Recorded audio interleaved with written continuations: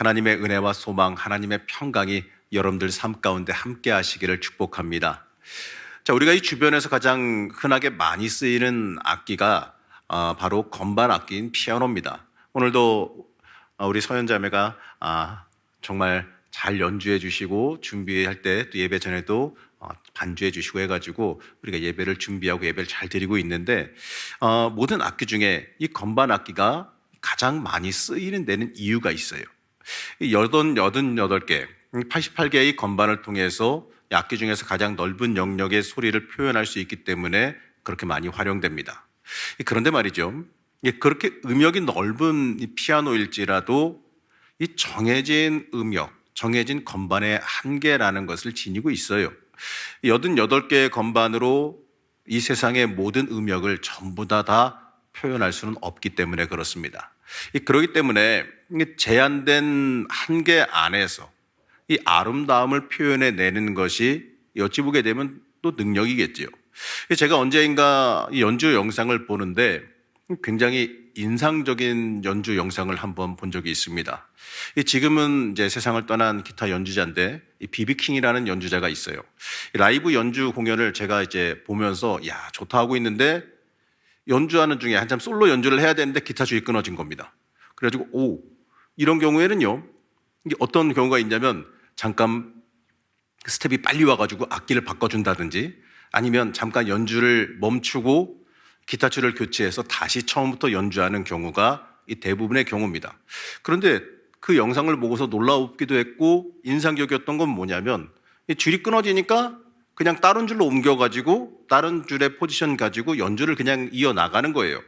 제가 좋아하는 곡이어서 이미 그 음을 거의 다 외우고 있는 곡이기 때문에 어떻게 진행되나 되게 흥미깊게 봤는데 그 다른 포지션으로 가가지고 그 음들을 그대로 연주하는데 이 다른 때보다도 더 멋있고 더 훌륭한 연주로 들려지더라고요. 그게 굉장히 인상 깊게 기억이 남았습니다. 그 기억을 떠올리면서 이러한 생각이 하나 들었어요. 그렇지. 이 제한된 환경에서 결과물을 이루어냈을 때 더 아름답고 더 멋진 결과물이 나오지 않을까라는 생각이 갑자기 들었습니다.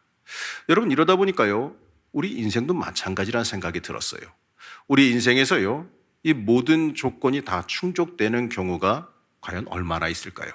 내가 생각하는 조건, 내가 생각하는 환경, 내가 원하는 그 모든 것들이 다 준비되는 경우가 얼마나 있겠느냐라는 거죠. 하지만 그러한 이 제약된 일들이, 그러한 제약된 환경이 있음에도 불구하고요, 우리가 이 하나님의 능력을 힘입게 되면 이루어지게 되거든요. 우리가 부족함에도 불구하고 하나님의 능력으로 이루어낼 때 그 인생이 더 크게 빛나게 되는 것을 우리가 보게 됩니다. 맞습니다, 여러분. 그렇기 때문에 우리에게 주어진 조건과 환경, 이걸 탓하게 되면요, 우리는 끝없는 불평과 불만과 탓함에 빠질 수밖에 없는 거예요. 우리에게 주어진 조건과 환경을 탓하지 말고 오히려 그 조건을 이겨내고 극복해낼 수 있어야 되는 거죠. 극복함으로 인하여서 하나님의 영광이 더 크게 드러나게 돼야 됩니다. 내가 부족하고 모자랄 때, 그럴 때 그 부족하고 모자란 걸 채워주시고 또 그걸 하나님의 능력을 힘입어서 이겨내는 모습을 보여줄 때, 그때 우리의 인생 가운데 역사하시는 하나님의 은혜와 복, 하나님의 놀라운 역사와 능력이 더 드러나게 되는 겁니다. 우리에게 주어진 이 제한된 삶을 하나님의 은혜 가운데 극복해서 하나님의 그 영광된 삶을 살아갈 줄 아는 것이 바로 이 진정한 아름다운 인생이고 하나님께서 기뻐하시는 복받은 인생이라는 겁니다.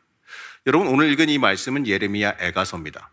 이 예레미야 애가는 시대적으로 북이스라엘이 멸망하고 이 남유다까지도 이 바벨론에 의해서 멸망하는 시기에 기록된 성경입니다. 이 당시에 패권을 쥐고 있던 그 바벨론에 의해서 예루살렘 성이 함락당했습니다. 이 성전이 파괴되고 모든 성읍들이 다 파괴됐어요. 많은 사람들이 포로로 잡혀갔습니다.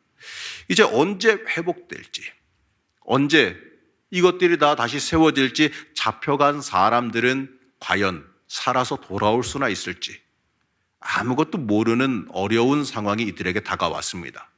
이때 이 당시의 비극을 애통하며 회개하며 기록한 성경이 바로 이 예레미야 애가서입니다. 예레미야 애가, 이 에가가 붙었잖아요. 이 에가 히브리서의 명칭은 에카라는 말인데 그 뜻은 어쩌다가 또는 우리가 이제 고난 당했을 때 답답할 때 외치는 그 외마디 비명과도 같은 탄식입니다. 그 탄식의 표현을 에가라고 합니다. 이 비극적인 일에 대해 깊은 탄식이 들어있다는 거예요. 자, 이 이름에서부터 나라 잃은 마음, 예루살렘이 멸망함으로 인하여서 슬퍼하는 그 탄식이 잘 드러나 있지요. 이 에가는 예루살렘 성전이 폐허가 된 뒤에 그 자리에 남아서 탄식만 하는 것이 아니라 그 자리에 남아서 기도하며 회개하는 이 기도문과 같아요. 이 기도문은 그 고난을 넘어 하나님께서 열어가실 미래에 대한 기대와 소망을 담고 있습니다. 여러분, 우리가 하나님 앞에 와서 기도할 때 여러분, 우리에게 그 기도 가운데 소망이 있습니다. 우리가 하나님 앞에 기도할 때 그냥 원망, 불평, 어떤 경우에는 하나님께 탄식하기 위해서 기도할 수도 있어요. 하나님 너무하십니다. 하나님 왜 이러십니까? 하나님 나만 미워하십니까? 하나님 앞이 안 보입니다. 이러고 와서 기도할 수도 있어요. 그러나 중요한 건 말이죠. 우리가 기도하는 중에 하나님께서는 틀림없이 소망을 허락해 주십니다. 기도하는 중에 하나님의 역사가 담겨 있어요. 그렇기 때문에 이 하나님에 대해서 하나님께 와서 탄식하고 기도하고 있는 이 예레미야 애가 안에는 하나님의 기대, 하나님의 회복의 기대가 들어있어요. 하나님께서는 결국에 하나님의 자녀를 사랑하사 회복시키길 원하시기 때문에 그렇습니다. 그렇기 때문에 요즘 우리가 살아가는 이 어려운 현실 가운데에서도 이 예레미야 애가서는 우리에게 참된 위로와 소망을 붙잡게 만들어줍니다. 오늘 말씀을 통해서 우리에게 주시는 그 회복의 은혜를 체험하시기를 축복합니다. 자, 오늘 말씀을 보게 되면 우리의 이 제한된 인생을 이스라엘의 비유에서 말씀하고 있습니다. 오늘 말씀 1절에 보게 되면 예루살렘을 가리켜서 이 홀로 남은 과부라고 묘사하고 있어요. 자, 1절 말씀 함께 보시겠습니다. 슬프다 이 성이여, 전에는 사람들이 많더니 이제는 어찌 그리 적막하게 앉았는고, 전에는 열국 중에 크던 자가 이제는 과부같이 되었고, 전에는 열방 중에 공주였던 자가 이제는 강제 노동을 하는 자가 되었도다. 이 과부와 고아, 이 성경에서 말하는 과부와 고아는 이 방어 능력이 전혀 없는 사람을 뜻합니다. 그렇기 때문에 이 과부와 고아로 비유된 그 예루살렘이 이 방어 능력이 전혀 없는 무방비 상태가 되었다는 걸 뜻하죠. 이 바벨론의 공격으로 인해서 이스라엘이 완전히 망했다는 겁니다. 이제 더 이상 방어를 할 힘조차도 없어요. 이제 이처럼요, 이스라엘은 철저하게 망했습니다. 5절 말씀에서는 이러한 이스라엘의 모습을 이렇게 묘사하고 있습니다. 5절 말씀 같이 읽겠습니다. 그의 대적들이 머리가 되고 그의 원수들이 형통함은 그의 죄가 많음으로 여호와께서 그를 곤고하게 하셨습니다. 어린 자녀들이 대적에게 사로잡혔도다. 여기서요, 이스라엘이 철저하게 망한 이유가 등장합니다. 그의 죄가 많음으로 여호와께서 그를 곤고하게 하셨습니다. 바로 이겁니다. 바벨론이 강해서 이스라엘이 멸망한 게 아니라는 거예요. 이 세상 사람들은 바벨론이 강대했기 때문에 약한 나라인 이스라엘이 멸망당한 것이라고 말하죠. 하지만 그렇지 않아요. 예레미야 애가에서 말하는 가장 중요한 내용은 이 부분입니다. 이스라엘이 다른 나라가 강해서 약해서 무너진 것이 아니라 이스라엘이 죄 때문에 무너졌다는 거예요. 왜냐하면 이스라엘은 세상 나라가 아니라 하나님의 선택한 나라고 하나님께서 붙잡으신 나라였기 때문에 그래요. 하나님께서 이스라엘의 죄 때문에 무너지도록 놔두셨기 때문에 그들이 무너진 겁니다. 한마디로 이방이 강해서, 적들이 강해서 무너진 게 아니라는 거죠. 이들이 무너진 건 하나님과의 관계에 문제가 생겼기 때문입니다. 우리의 인생도요, 우리도 우리의 인생길을 걸어가면서 이스라엘과 같이 많은 어려움을 당할 때가 있습니다. 어떤 사람들은 이 자신이 어려움 당하는 것을 환경의 영향처럼 생각하는 사람들도 있어요. 다른 사람 탓을 하기도 합니다.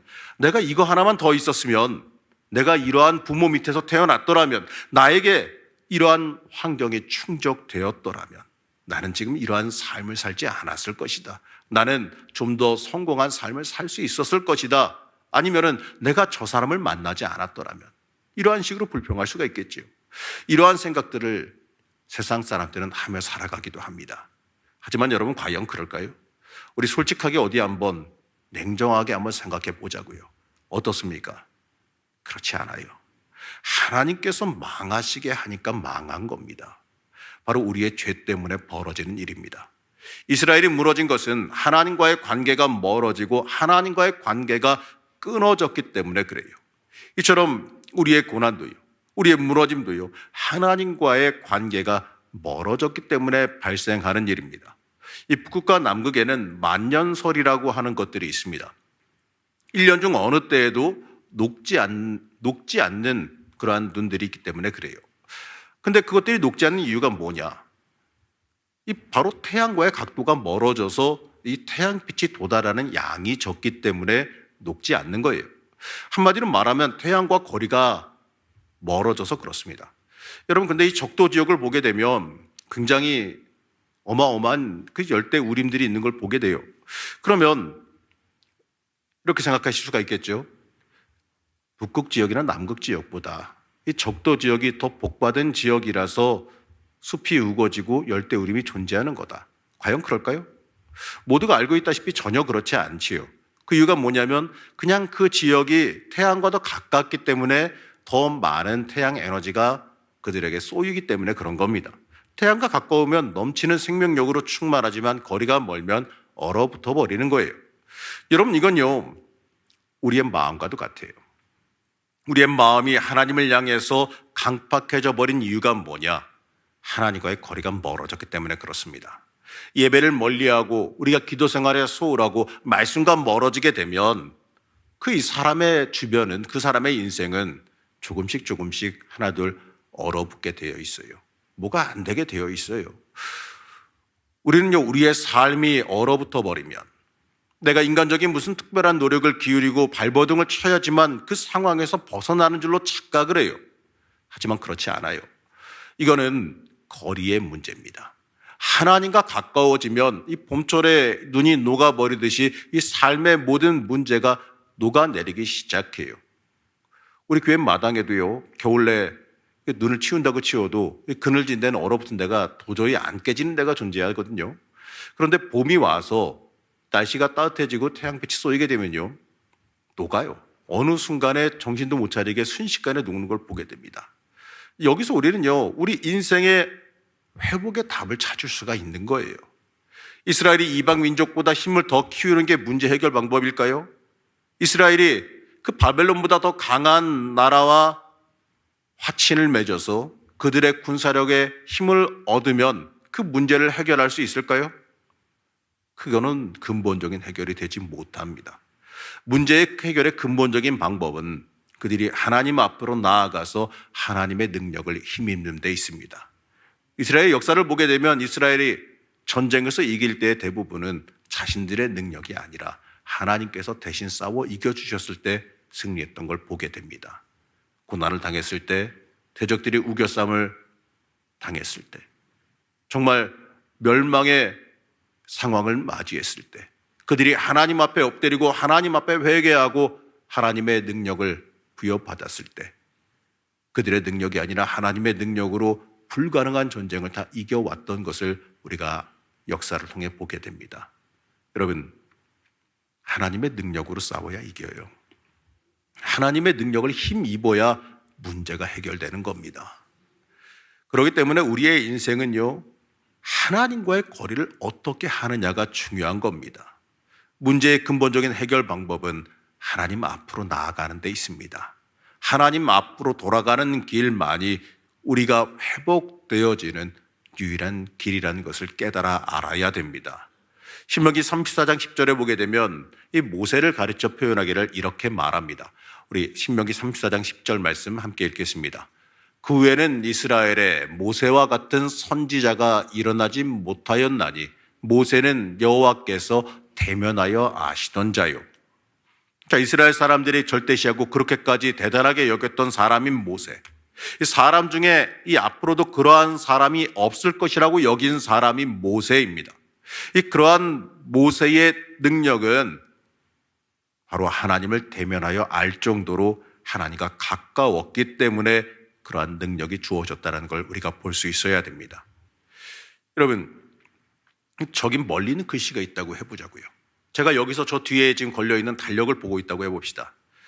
이 멀리 떨어져 있는 글씨가 제가 눈이 좋지 않기 때문에 잘 보이지 않습니다. 눈이 좋으신 분들은 여기 강대상에서 저 뒤에 있는 글씨를 읽을 수 있다고는 하는데, 저는요 그냥 희미하게 보여서 그냥 하얀 것에 그냥 검은 거 조금 있는 것처럼 그렇게 좀 보입니다. 그냥 글씨 같아요. 그냥 읽지는 못합니다. 그런데 이거를 제가 잘 보려면 어떻게 해야 될까요? 안경을 바꾸고 아니면은 이제 뭐 망원경 같은 거, 쌍안경 같은 거 들고서 보면 저거를 잘 읽을 수가 있을 겁니다. 그런데 그렇게 복잡하고 어려운 방법이 필요가 없어요. 어떻게 하면 간단하게 저 글씨를 잘 볼 수 있냐? 그냥 내려가서 그 앞으로 가면 됩니다. 달력 앞으로 가면 글씨 잘 보이게 돼요. 가까이 가면 돼요. 가까이 가서 가까이 놓고 보게 되면 뭐 안경을 바꾸는지 뭘 쓰는지 이런 거 필요 없이 그냥 잘 보입니다. 여러분, 이게 바로 가까이 하는 능력이에요. 여러분, 우리가 하나님께 가까이 가면 그때부터 능력이 임합니다. 하나님과 멀리 떨어져 있으면서 하나님 왜 나에게 능력 안 주세요? 하나님 왜 나를 안 도와주세요? 하나님 왜 길을 안 열어주세요? 왜 보여주지 않으세요? 멀리 떨어져 있으니까 그러죠. 주님 앞으로 가까이 가세요. 주님 앞으로 가까이 가시고 주님 앞으로 가까이 가서 그 앞에 안기고 무릎 꿇으면 하나님의 능력과 하나님의 역사가 임할 줄로 믿습니다. 하나님은요, 우리에게 더 나아지라고, 더 똑똑해지라고, 더 잘나지라고 말씀하지 않으십니다. 이렇게 말씀하시죠. 내게 가까이 오라. 나에게 가까이 오라고 말씀하세요. 더 나아지는 것은 주어진 능력의 문제라서 노력해도 한계가 있어요. 사람마다 주어진 달란트가 다 다르고 사람마다 주어진 능력이 다른데 한계라는 게 존재하는데 어떻게 더 발전하고 더 나아질 수가 있겠어요. 하지만 내게 주어진 능력과 상관없이 가까이 가는 것, 가까이 가는 건요, 능력과 관계없이 누구나 할 수 있는 일입니다. 제가 눈이 나쁜데 저기 있는 거 잘 본다고 뭐 여러 가지 안경 뭐 뒤집어 쓰고 눈 찌푸리고 해도 안 보여요. 근데 가까이 가면 별거 하지 않아도 보입니다. 마찬가지예요. 여러분, 가까이 가는 것, 하나님 앞으로 가까이 가는 건요, 특별한 능력이 없어도 됩니다. 그냥 하나님 앞에 엎드리면 되는 일이에요. 우리가 잘 아는 성경 이야기 중에 혈루증을 앓던 여인의 이야기가 있습니다. 그 혈루증을 앓던 그 여인은 예수님의 옷자락에 손만 대어도 내가 나을 수 있다라는 그 믿음으로 예수님의 옷자락을 만졌습니다. 마가복음 5장 27절에서 29절 말씀 우리 함께 천천히 합독하시겠습니다. 예수의 소문을 듣고 무리 가운데 끼어 뒤로 와서 그의 옷에 손을 대니 이는 내가 그의 옷에만 손을 대어도 구원을 받으리라 생각함일러라. 이에 그의 혈루 근원이 곧 마름에 병이 나은 줄을 몸이 깨달으니라. 맞습니다. 예수님은 이렇게 말씀하세요. 이 여인에 대해서요. 그의 믿음을 보고 그의 병이 치료됐다고 말씀하십니다. 예수님을 둘러싸고 있는 수많은 무리들이 있습니다. 그 수많은 무리들은 경험하지 못했어요. 자, 예수님께서 수많은 무리에 둘러싸여 걸어가고 있는데 예수님의 옷자락에 몸이 닿은 사람 많을 거예요. 그렇잖아요. 부딪히며 다니니까 당연한 얘기입니다. 그런데 그 누구도 기적을 경험하지 못했지만 내가 주님께 가까이 다가가면 해결되리라 하는 그 믿음으로 주님 앞에 나왔던 이 여인에게는 치유의 역사, 기적의 역사, 고침받는 놀라운 역사가 일어났습니다. 여러분, 무리지어 그냥 옆에 있다고, 같은 자리에 있다고, 교회에 와 있다고 하나님의 능력 체험하는 거 아닙니다. 이 절박한 문제를 들고 주님 앞으로 나올 때에 그때의 인생의 문제가 해결되는 줄로 믿으시기 바랍니다. 예수께 더 가까이 가려는 그 시도 자체가 기적을 가져옵니다.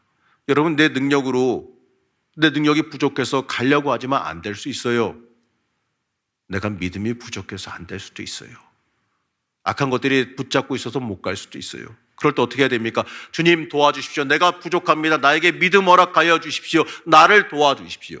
이렇게 부르짖고 외치려고 할 때, 하나님 앞으로 나아가려는 시도를 할 때 그때 역사가 일어나게 되어 있어요.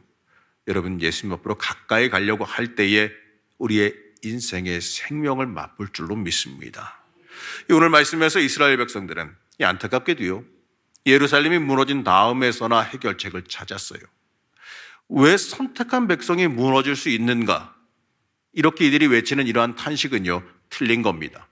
이들이 무너진 건 아까도 말씀드렸지만 이방 나라가 강력해서가 아니라 하나님이 무너뜨리셨기 때문입니다.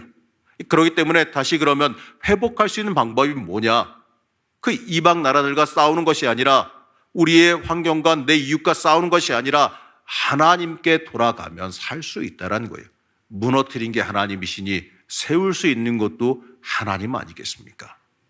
우리가 살아가는 이 삶의 문제가 때때로 너무 복잡해 보이고 이러저러한 원인들이 너무 많이 있는 것처럼 보여도요, 여러분, 믿는 자들의 문제의 원인은 항상 단 한 가지입니다. 하나님과의 관계가 깨졌기 때문에 그래요. 하나님과의 관계가 깨졌기 때문에 별거 아닌 일에도 상처받게 되는 거고, 하나님과 관계가 깨졌기 때문에 그냥 웃으며 넘어갈 수 있는 일도 서운해지는 거고, 하나님과의 관계가 깨졌기 때문에 이 정도 일에는 그냥 하나님 괜찮습니다 하고 치고 나갈 수 있는 일에도 그냥 무너지고 넘어지게 되는 거예요. 여러분, 하나님과 가까이 하는 게 살 길이에요. 우리의 살 길은 복잡하지 않아요. 하나님과의 관계가 회복되면 나머지 모든 문제는 하나님께서 그 권능으로 직접 해결해 주십니다. 내 심령을 지켜주시고 보호하셔서 그까짓 거 그럴 수도 있어, 상처받지 않아요. 넘어가요. 그리고 이 정도 어려움 괜찮아, 하나님께서 도와주실 거야, 이러면서 별것 아니게 치고 나갈 수가 있게 되는 겁니다. 그렇기 때문에 우리는 하나님께 힘을 얻어 절망 중에도 소망을 품고 일어서는 거룩한 그리스도인이 될 줄로 알아야 됩니다. 그러면요, 우리가 어떻게 세상 속에서 예수님 앞으로 온전히 돌아갈 수 있겠는가? 여러분, 어떻게 해야 하나님 앞으로 돌아갈 수 있겠습니까? 막연히 돌아가야 한다, 이건 알겠는데, 우리가 이 돌아갈 길을 찾기 위해서 인간적인 노력을 기울여서 하나님 여기입니까 저기입니까 이리저리 찾아 헤매이면서 다녀야 될까요? 하나님 앞에 어떠한 제물을 바치고 무엇인가 어떠한 상징적인 행동을 해야지만 하나님 앞으로 돌아갈 길이, 회복의 은혜가 임할까요? 여러분, 잊지 마십시오. 복은 인간의 노력으로 얻어지는 게 아닙니다. 내가 뭘 해서 하나님께 받아내는 게 아니에요. 하나님께서 주셔야 돼요. 내가 뭘 해서 이 자리에 복이 임하는 게 아니라 이미 주신 복이 있는 자리로 내가 걸어 들어가는 겁니다. 회복도요, 내 노력으로 이루어지는 게 아니에요. 하나님께서 우리의 막힌 길을 열어주셔야지만 그 인생의 회복의 길이 열리는 겁니다. 다만 온전한 회복을 위해서 우리가 해야 될 일이 있지요. 우리가 이 하나님 품 안에 안기는 게 필요합니다. 복의 자리에 들어가야죠. 내가 하나님께서 해결해 주시지 않으면 도저히 살 길이 없다는 그 고백과 함께 하나님 품에 안길 줄 알아야 됩니다. 품에 안긴다는 건 와서 기도하는 것, 이것도 중요하지만 그것만 말하는 게 아니에요. 물론 가장 먼저는 하나님의 앞에 와서 엎드리는 일이 가장 먼저겠지만, 그러나 더 그 위에 중요한 건 회개의 눈물이 필요합니다. 그 회개의 눈물이 나를 살립니다. 이스라엘이 하나님 앞으로 돌아올 때 그들이 하나님 앞에서 자신의 죄에 대한 회개를 가장 먼저 진행했습니다. 그럴 때 그들이 통해 자복하고 하나님 앞에 우리가 하나님을 떠났습니다, 우리를 용서하여 주시옵소서, 이렇게 엎드릴 때 그들을 사랑하시며 살리시는 하나님의 음성이 임했고 놀라운 기적과 역사가, 구원의 은혜가 그들의 인생 가운데 임한 걸 보게 됩니다. 맞습니다, 여러분. 우리도 똑같아요. 우리가 하나님 품에 안기는 일은 하나님 앞에 철저히 엎드려 회개하는 일입니다. 이 회개가 하나님 아니면 안 된다는 고백, 하나님 앞에 항복하는 고백이 되어지는 겁니다. 이 고백이, 내가 하나님 앞에 교만했다고 회개하는 이 회개의 고백이 나를 하나님 품 안으로 돌아가도록, 하나님 품 안에 안기도록 만들어줍니다. 맞습니다, 여러분. 회개의 눈물이 바로 우리의 생명이 되어지는 줄로 믿습니다. 하나님 앞에 철저히 엎드리는 회개가 우리를 하나님 품 안으로, 우리를 사랑하시는 하나님 은혜 안으로 들어가게 만들어줍니다. 우리 사랑하는 성도 여러분, 인생 가운데 절대 잊지 마시기 바랍니다. 우리가 가진 이 모든 문제의 해결자는 바로 하나님이십니다. 여러분 인생 가운데 어떤 문제가 발생했는지 어떠한 일이 있는지 저는 모릅니다. 알 수가 없지요. 하지만 어떠한 복잡하고 어려운 문제가 발생했을지라도 여러분, 믿는 자들의 문제의 원인은 항상 똑같아요. 우리와 하나님과의 관계가 멀어지고 깨어졌기 때문에 발생한 일입니다. 우리가 주님을 배반하고 세상을 향해 떠나갔기 때문에 발생한 일입니다. 맞습니다. 우리가 이 삶의 모든 문제는 하나님과의 관계가 문제라는 겁니다. 그렇기 때문에 우리에게 가슴 찢는 회개의 역사가 일어나야 합니다. 회개의 역사가 우리를 주님 앞으로 가까이 가게 만들어줘요. 그렇기 때문에 내 삶에 문제가 발생했을 때 하나님과 나와의 관계를 점검해 보시기 바랍니다. 내가 혹여나 하나님 멀리 떠나가서 살고 있진 않았는지, 내 믿음이 흔들리진 않았는지, 내가 하나님이 아니라 세상 의지하고 있진 않았는지, 내가 문제보다 더 크신 해결하실 하나님을 바라보는 게 아니라 문제 자체에 정신 팔려서 문제만 바라보고 어찌하지 못해 고민하고 괴로워하고만 있진 않았는지 스스로 돌이켜보시기 바랍니다. 우리 사랑하는 성도 여러분, 하나님 앞으로 나아가시길 축복합니다. 우리가 하나님 앞으로 나아갈 때 하나님께서 주시는 놀라운 복과 은혜도 여러분들에게 임하길 축복합니다. 하나님은 우리를 사랑하신 하나님이십니다. 우리를 징계하고 벌하시고 망하게 하시는 하나님이 아니라 우리를 사랑하사 싸매시고 치유하시고 고치시고 복 주시기 원하는 하나님이 바로 우리 하나님이십니다. 그렇기 때문에 우리는 하나님 앞으로 가까이 나아갈 때 내 인생의 모든 문제가 해결되어지고 하나님께서 주시는 놀라운 복과 은혜가 충만하게 임하게 될 것을 믿어야 됩니다. 우리 사랑하는 성도 여러분, 하나님 앞으로 돌아가시길 축복합니다. 하나님께서는 이미 우리에게 복 준비하고 계세요. 이미 복의 길로 우리를 이끄실 준비를 하고 계세요. 그 품에 그 준비하신 그 계획 안으로 들어가시길 축복합니다. 세상 헤매봤자, 세상에 여러 가지 가지고 내 능력 가지고 내 생각 가지고 문제 해결하려고 그래봤자 이루어지지 않고 고생만 하게 돼요. 여러분, 멀리 돌지 마시고 주님 품 안으로 와서 주의 도움과 능력을 누리며 살아가시길 축복합니다. 하나님 앞으로 온전히 돌아가 삶의 모든 문제를 해결받는 굳건한 믿음의 용사가 되시기를 이 시간 간절히 축복합니다. 여러분, 하나님께 가까이 함이 인생의 복이 되는 줄로 믿습니다. 하나님께 가까이 함으로 복이 충만한 여러분들 되시기를 이 시간 간절히 축복합니다.